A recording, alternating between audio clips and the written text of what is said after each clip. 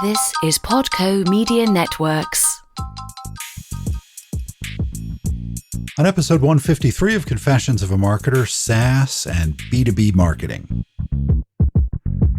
Hi, it's Mark Reed Edwards. Welcome back to Confessions of a Marketer.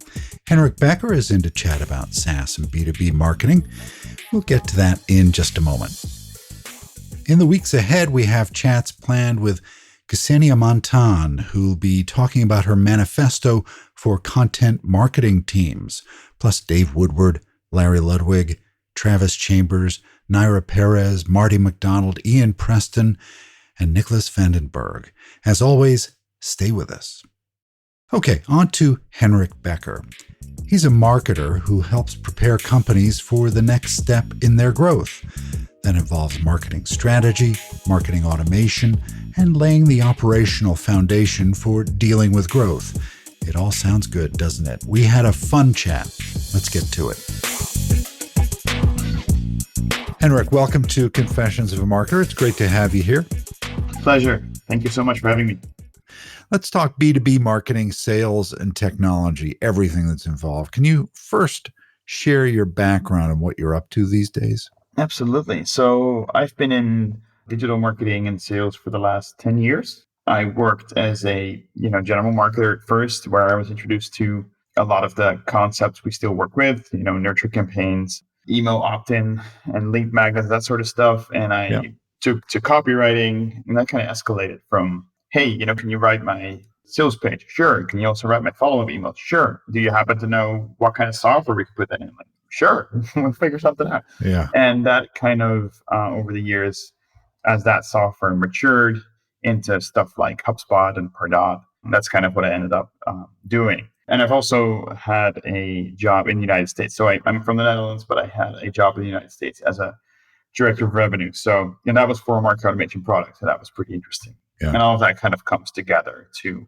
what I do right now as a marketing and technology consultant. So.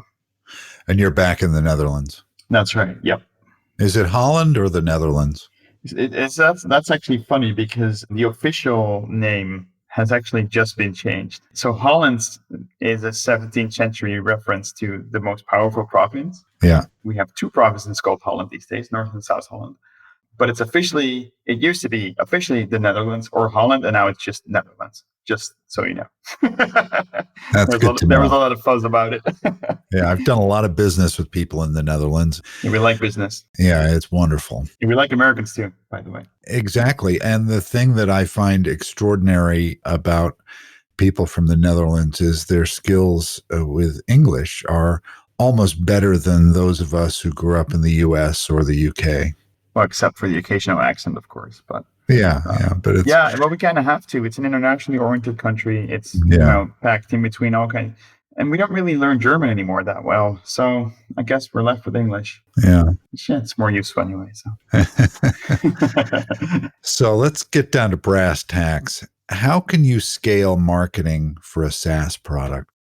That's a broad question, but what the heck? That is a very broad question, and I would say that. The answer always is depends, but generally speaking, I think the number one thing you should try to do is, if someone were to ask me right now, they have a SaaS product and they would ask me, how can we do this? I would go in there and I would first try to talk to a lot of people. And I mean like their customers. I would talk to a lot of their customers first and I would try to figure out. What if they don't have customers? Well, then that's a difference. Then I would say get 10. No, I'm serious. Then get 10 customers. Sure. I don't mean your uncle or your friend. I mean 10 cold leads that you close that see the value of your product. And if you can do 10, then you can do 100. And if you can do at least 10, then it's worth talking to these people and ask them, what's the number one thing this thing is doing for you? And that might actually not be what you thought it was going to do. It's more interesting if you have 100. Because you often see, these SaaS companies packing in all these features and it's like, well, what's the number one thing you're solving? So I think if you talk to a lot of customers and ask like, what's the number one challenge you're dealing with in your job right now? What are you using the software for to solve? And then so that kind of highlights your actual value proposition, which might be different than what you think it is, which is why it's so interesting. And then the other thing you should do is talk to a bunch of prospects, people that you would want as a customer, Yeah. and ask them what their biggest challenge is, and ask them what you could do for them. And just not a sales conversation at all. Just like, hey, I've got this product that I think is interesting for you. Can I just pick your brain for a bit? And then see if that matches up. And if it does, great. And if it doesn't, then you have some work to do. And then from a marketing perspective, I think that's the core. The core is solve an actual problem, especially because there's like a zillion SaaS products out there. And I don't think people are going to buy it unless you have an actual problem to solve. We can do it better. And that's the core of the marketing strategy, I would say. As for tactics, I would say it is highly dependent on how much money you have. It is like there's these companies that are funded. They can hit all the events and they can create a lot of cool content. And I think a lot of the let me give you an example. I'm working with a customer right now. They sell a customer data platform, CDP. Yeah. It's one of those things we should all have in SaaS or in marketing, because it connects all your systems and it deduplicates data and it makes sure everything's up to date. It's really beautiful. I wrote all the marketing stuff for this thing because it's my direct pain. So, and they're funded to an extent, but they do have to hold up their own pants, so to speak. Sure. So I don't know if that's a Dutch saying. And so I get the idea. So what we've been doing is really a traditional inbound funnel where we have 3 stages. We have 3 very different lead magnets geared towards where someone's at in their buying journey.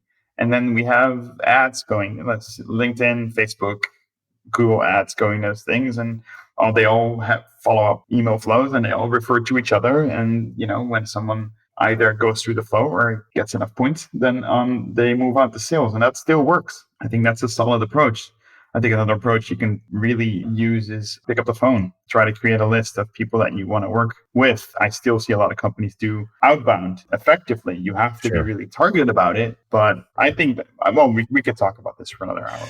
Yeah, the phone almost seems old-fashioned these days, but it's very effective if you reach the right person. If you reach the right person, yeah. I even wonder whether direct mail might make a comeback in some form. Oh, it is. It is making at least companies I'm working with. Yeah, I've heard of technologies that can kind of marry digital with direct mail and, tell a story across multiple platforms. And I evaluated a technology like that about a year ago, and it's really come leaps and bounds.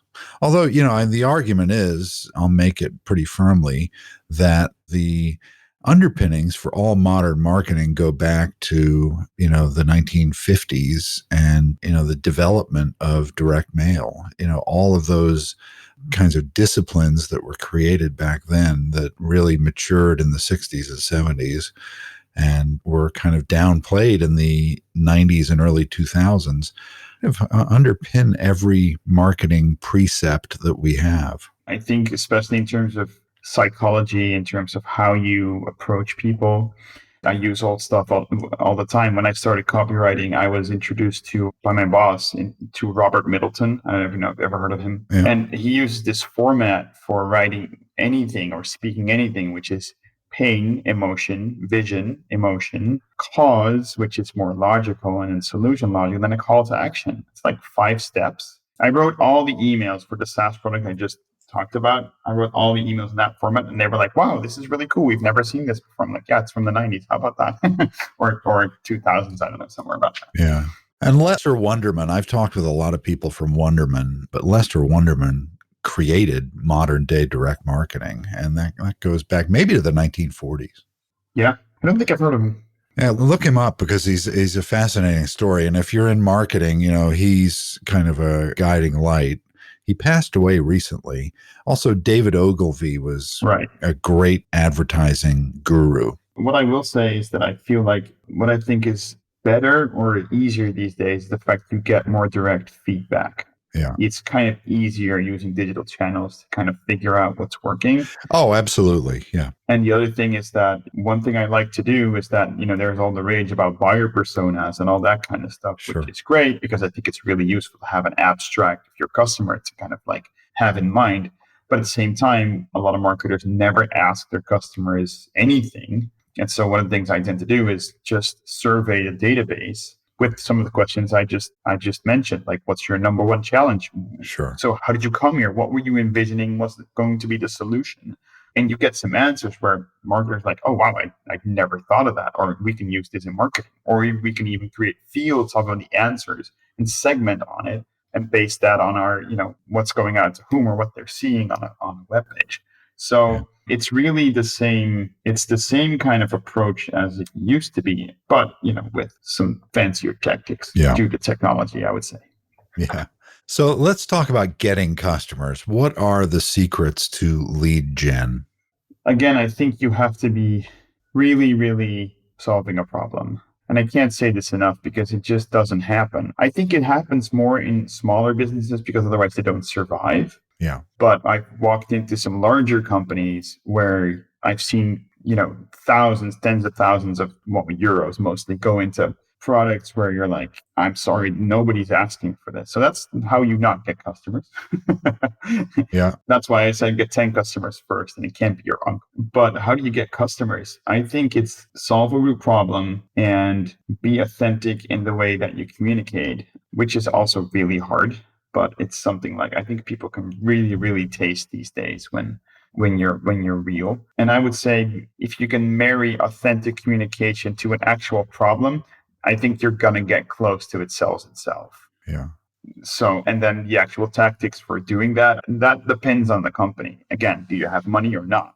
If you don't, just start writing a lot of good content and sharing it. Answer questions on Quora. I've been doing a lot with that. You've probably heard of Jason Lemkin. He does that all the time. Yeah. Yeah. That's a free one, and that's effective. So, yeah, I think it's a question we all ask ourselves. So how do we get more customers? But you have to have something that they want. Right. Well, that's really it.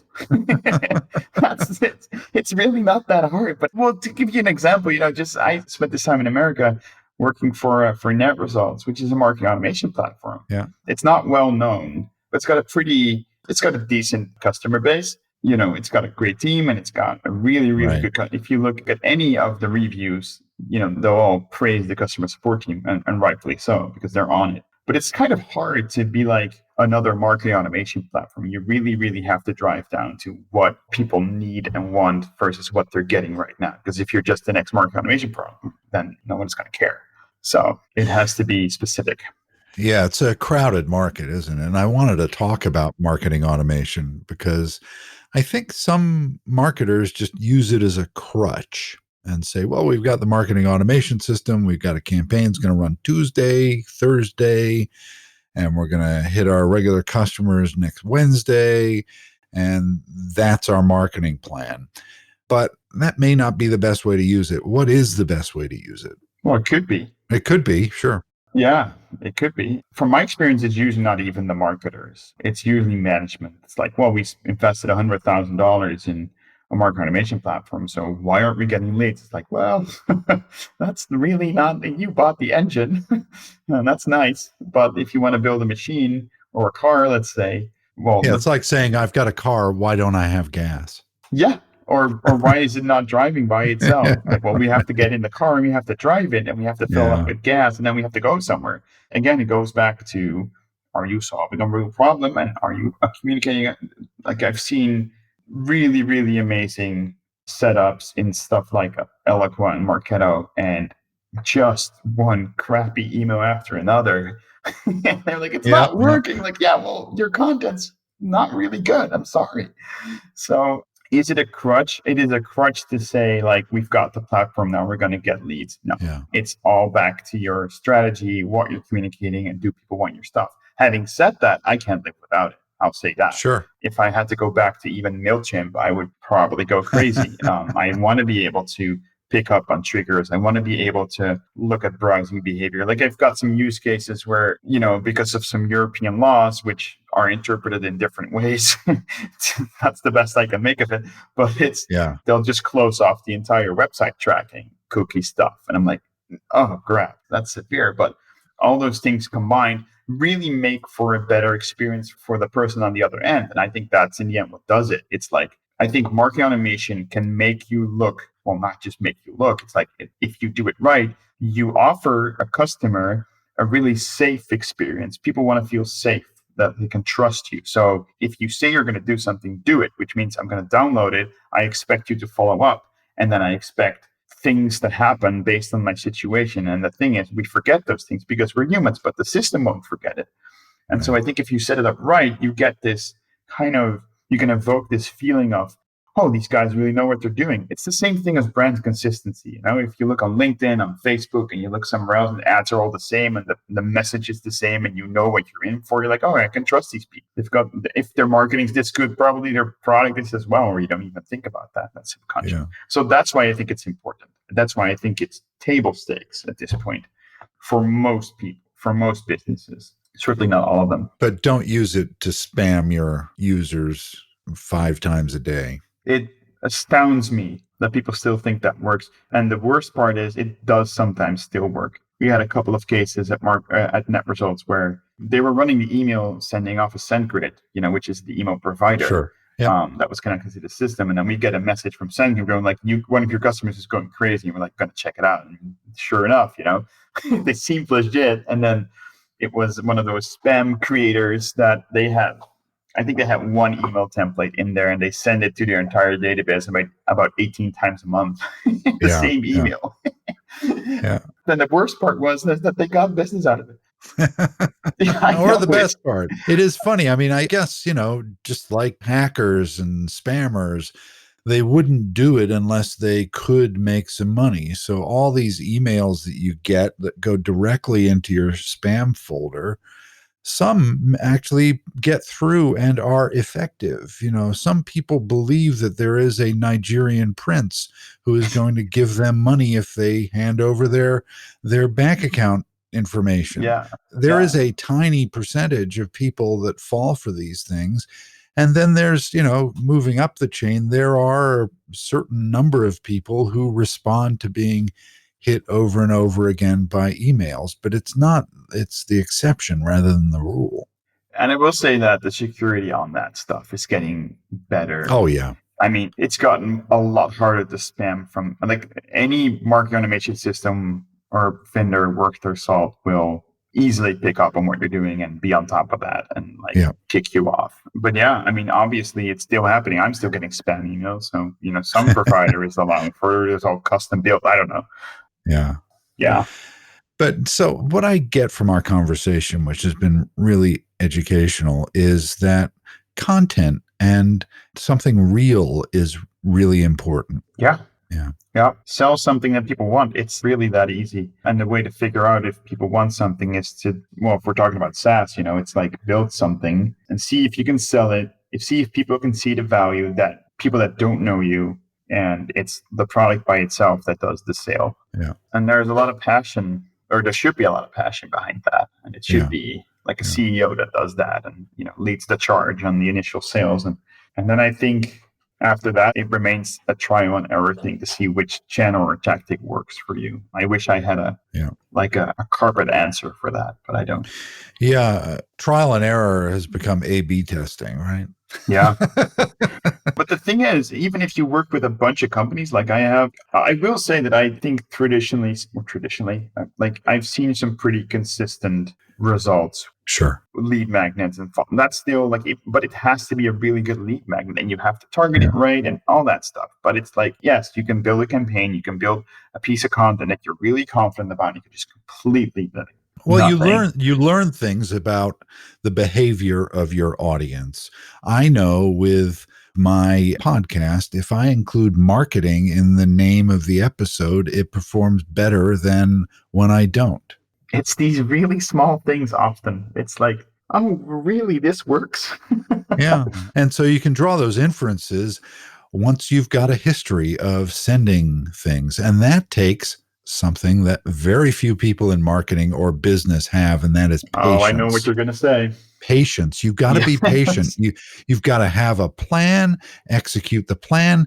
Sure, deviate from it if you get really good data that shows you should do something else, but you've got to be patient to let this thing happen. Well, and then the other things, I read this, I don't know who wrote, someone on LinkedIn said this, one of these high-profile marketers, maybe it was like Dave Gurr or something. It was like, you shouldn't be measuring all your marketing. Part of it is brand awareness, and maybe it should even be a different team that does all the pretty marketing stuff. Right? Yeah. There's the demand gen, there's the brand awareness, and they're two different things. And I completely agree. I think it's moot to try and measure results out of it. I think part of it is like a long-term strategy. You have to put money towards simply having people recognize your brand and telling a story around that, and getting those like what are they, like 17 touches before someone's like ready to talk to you or something like that. And you can't really at this point quantify that in a decent way. So I think we also need to kind of let it go to an extent. There should be a part of the budget where like just spend it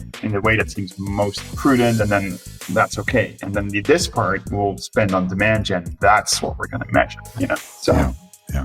Good. Well, Henrik, thanks for joining me. It was great to have you here. Absolutely. It was a pleasure. All right, next time, Ksenia Montan is in, and she's talking about the manifesto for content marketing teams. Confessions of a Marketer is a trademark of Podco Media Networks, and this episode is copyright 2020. I'm Mark Reed Edwards. Stay healthy and see you next time.